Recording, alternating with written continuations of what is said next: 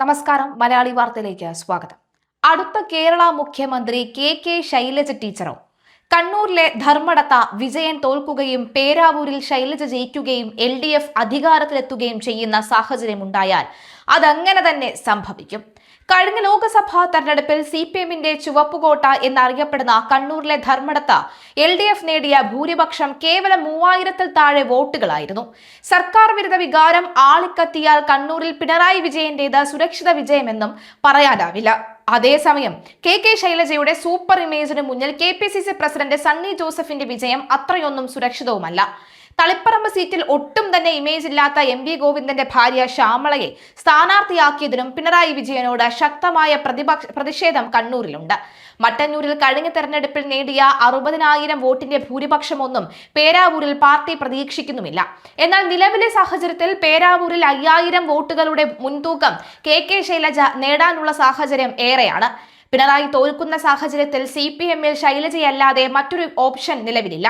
2016-ലും 2021-ലും തുടർച്ചയായി ജയിച്ച ധർമ്മടം മണ്ഡലത്തിൽ ഹാട്രിക് വിജയം നേടി ഇടതുമുന്നണിയെ വീണ്ടും നയിക്കാനാണ് പിണറായി ലക്ഷ്യമിടുന്നത്. ധർമ്മടത്ത് ഷാഫി പറമ്പിൽ MPയെ പരീക്ഷിക്കാനാണ് കോൺഗ്രസിന്റെ തീരുമാനം. 2024 ലോക്സഭാ തെരഞ്ഞെടുപ്പ് ധർമ്മടം മണ്ഡലം LDF-ന് വലിയൊരു മുന്നറിയിപ്പ് നൽകിയിട്ടുണ്ട്.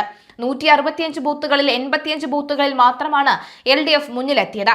ആകെ വോട്ടിന്റെ കണക്കിൽ ഇരു മുന്നണികൾ തമ്മിലുള്ള വ്യത്യാസം വെറും 2616 വോട്ടുകളായി ചുരുങ്ങി.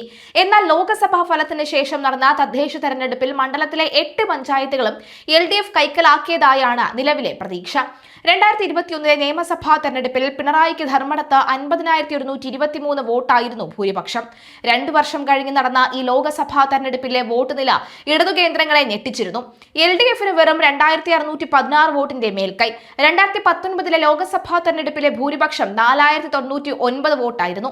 കഴിഞ്ഞ നിയമസഭാ തെരഞ്ഞെടുപ്പിൽ സംസ്ഥാനത്ത് LDF വൻ മുന്നേറ്റമാണ് കാഴ്ചവെച്ചത്.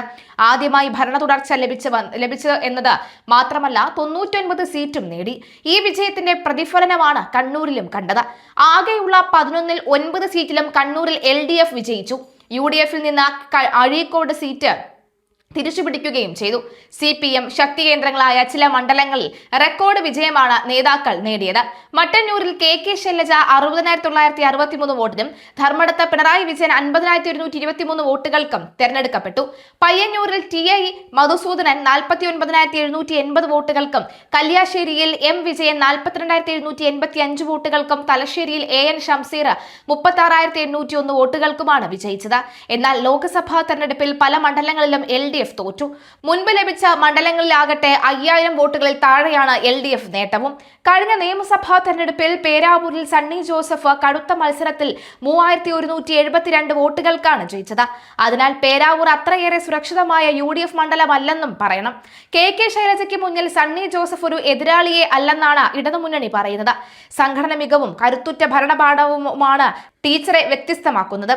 പ്രതിസന്ധികളിൽ ഇടറാതെ കേരളത്തിന്റെ അതിജീവനത്തെ നയിച്ച കെ ശൈലജ CPIM കേന്ദ്ര കമ്മിറ്റി അംഗവും ജനാധിപത്യ മഹിളാ അസോസിയേഷൻ അഖിലേന്ത്യാ വൈസ് പ്രസിഡന്റുമാണ്. ശിവപുരം ഹൈസ്കൂളിൽ അധ്യാപികയായിരുന്ന കെ ശൈലജ മുഴുവൻ സമയ രാഷ്ട്രീയ പ്രവർത്തനത്തിനാണ് ജോലി രാജിവെച്ചത്. DYFI സംസ്ഥാന കമ്മിറ്റി അംഗം, മഹിളാ അസോസിയേഷൻ സംസ്ഥാന സെക്രട്ടറി, അഖിലേന്ത്യാ ജോയിന്റ് സെക്രട്ടറി എന്നീ നിലകളിലും പ്രവർത്തിച്ചു.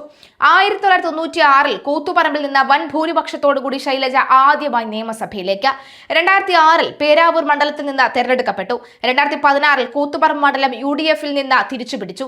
2021-ൽ മട്ടന്നൂരിൽ നിന്ന് ചരിത്ര ഭൂരിപക്ഷത്തോടുകൂടി വീണ്ടും നിയമസഭാംഗമായി.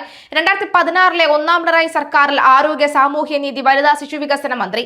നിപ്പായും കോവിഡും മഹാമാരിയും പ്രതിരോധിക്കുന്നതിൽ പ്രകടിപ്പിച്ച ഭരണ നിർവഹണ മികവും നേതൃപാടവവും ടീച്ചറെ നാടിന്റെ പ്രിയങ്കരിയാക്കി.